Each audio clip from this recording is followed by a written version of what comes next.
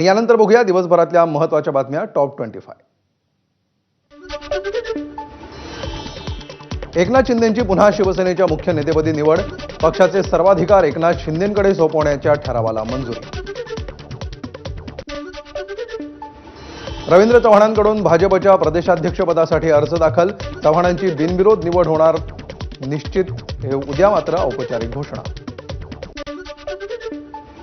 सांगलीमध्ये आमदार गोपीचंद पडळकरांच्या विरोधात ख्रिश्चन समाजाचा मोर्चा, धर्मगुरूंविषयी वादग्रस्त विधान केल्याचा ख्रिश्चन धर्मीयांचा आरोप।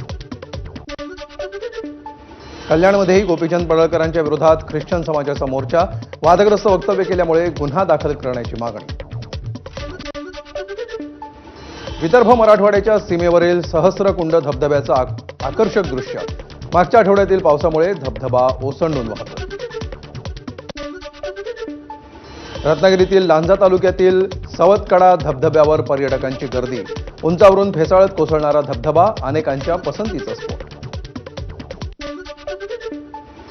पावसामुळे सातपुड्यातील अनेक लहान मोठे धबधबे प्रवाहित, नंदुरबारच्या वाल्हेरी धबधब्याजवळ पर्यटकांची गर्दी।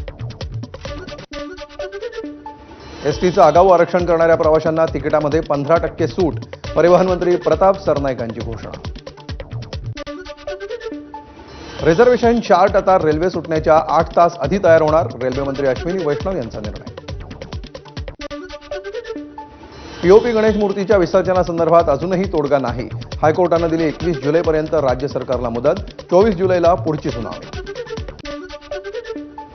त्र्यंबकेश्वरला अ वर्ग पर्यटन स्थळाचा दर्जा देण्याचा राज्य सरकारचा निर्णय, मुख्यमंत्र्यांनी एक्स पोस्ट करत दिली माहिती, त्र्यंबक नगरीच्या विकासाला चालना मिळणार। नवी मुंबई महानगरपालिकेच्या शाळांमध्ये शिक्षकांची कमतरता असल्याचा आरोप, पालक आणि विद्यार्थ्यांचा महापालिका आयुक्तांच्या दालनाबाहेर ठिय्या।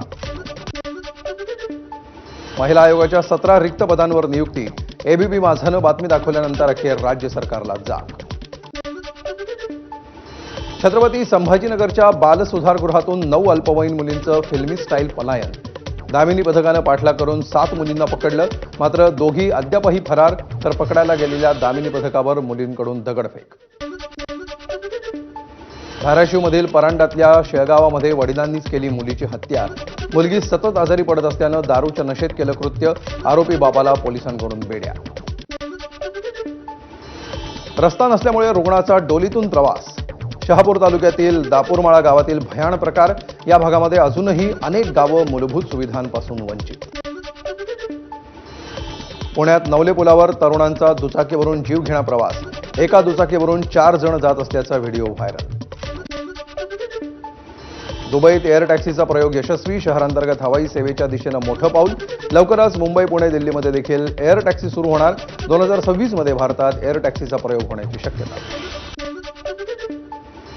टेनिस ग्रँडस्लॅम मधील मानाची विम्बल्डन स्पर्धा आजपासून सुरू, अल्कराज हॅट्रिकसाठी सज्ज, तर जोकोविचकडून विक्रमी 25व्या जेतेपदाची अपेक्षा, एआयमुळे 147 वर्षांच्या स्पर्धा इतिहासामध्ये लाईन जज मात्र गायब। हेराफेरी 3 या आगामी कॉमेडी चित्रपटावरील वाद संपला, ज्येष्ठ अभिनेते परेश रावल यांनी स्वतः चित्रपटात परतणार असल्याची दिली माहिती।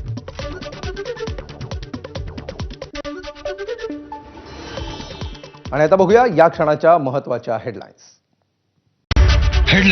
Brought to you by Chitale